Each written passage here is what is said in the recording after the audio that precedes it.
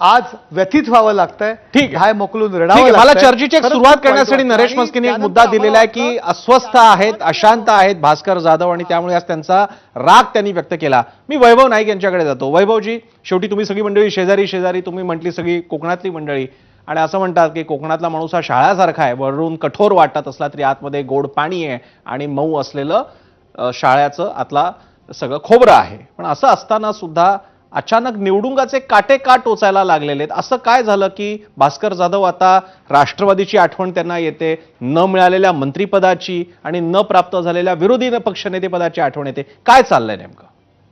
खरं तर सर्वप्रथम मी आधी एक स्पष्ट करतो, हम्म. मी स्वतः भास्करराव जाधवांबरोबर बोललो बरं. आणि भास्करराव जाधव हे नाराज नाही. हम्म.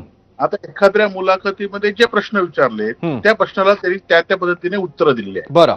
आता मगाशी 2014 मध्ये हम्म. ज्यावेळी अनेक लोक शरद पवारांना सोडून गेलेत, हम्म. त्यात भास्कर जाधवांनी सुद्धा शिवसेना त्या भागात वाढली पाहिजे विकासासाठी त्यांनी सुद्धा त्यावेळी पक्ष सोडला. बरं. आणि 2019च्या नंतर जी संघटनेमध्ये फूट पडली, मला आठवते आज की 22 जून 2022ला आमची मिटिंग पहिल्यांदा झाली की पक्ष फुटल्यानंतर.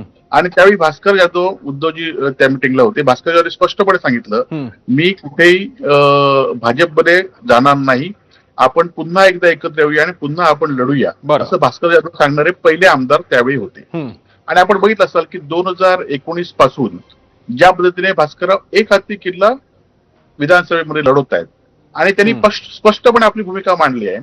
2024 मध्ये सुद्धा ते निवडून आल्यानंतर सुद्धा 2 अधिवेशनं झाली, त्या 2 अधिवेशनात सुद्धा त्यांनी आपली स्पष्ट विरोधाची भूमिका मांडली. बरं. आता खरं तर ते नाराज मुळीच नाहीत, परंतु त्यांनी राजकारणामध्ये निवृत्ती घेणार का? बरं. कारण एखाद्या माणसाला आता बघितलं असाल की तुम्ही ह्या सध्याच्या विधानसभेच्या सभागृहामध्ये किंवा महाराष्ट्राच्या राजकारणामध्ये एखादी भूमिकाच मांडता येत नाही. आज आपण विधानसभेमध्ये विरोधी पक्षनेता म्हणून उद्धवजींनी त्यांचं नाव माननीय अध्यक्षांना दिलेलं आहे, परंतु विरोधी पक्ष घोषित करत नाहीत.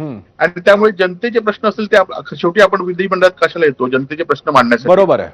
हे असं असताना सुद्धा त्या प्रश्नावर त्यांनी हे उत्तर दिले की मी राजकारणामध्ये निवृत्ती घेऊ की काय, असे माझा विचार सुरू झाला. बरं. का तर हे प्रश्न मांडण्यासाठी होते. आता त्यांनी स्पष्टपणे सांगितलं की नंतर सुद्धा आज सुद्धा त्यांनी जिल्हा कार्यकर्त्यांची बैठक घेतली.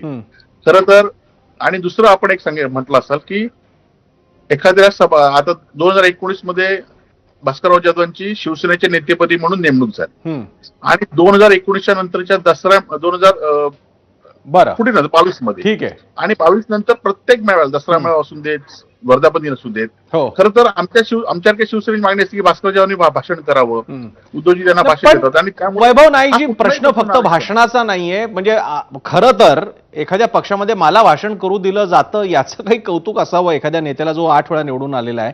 हे एका अर्थानं कमी पण आहे. म्हणजे भाषण करू दिलं ह्याच्यात काय मुद्दा दिलंच पाहिजे एवढा मोठा वरिष्ठ नेता असेल तर.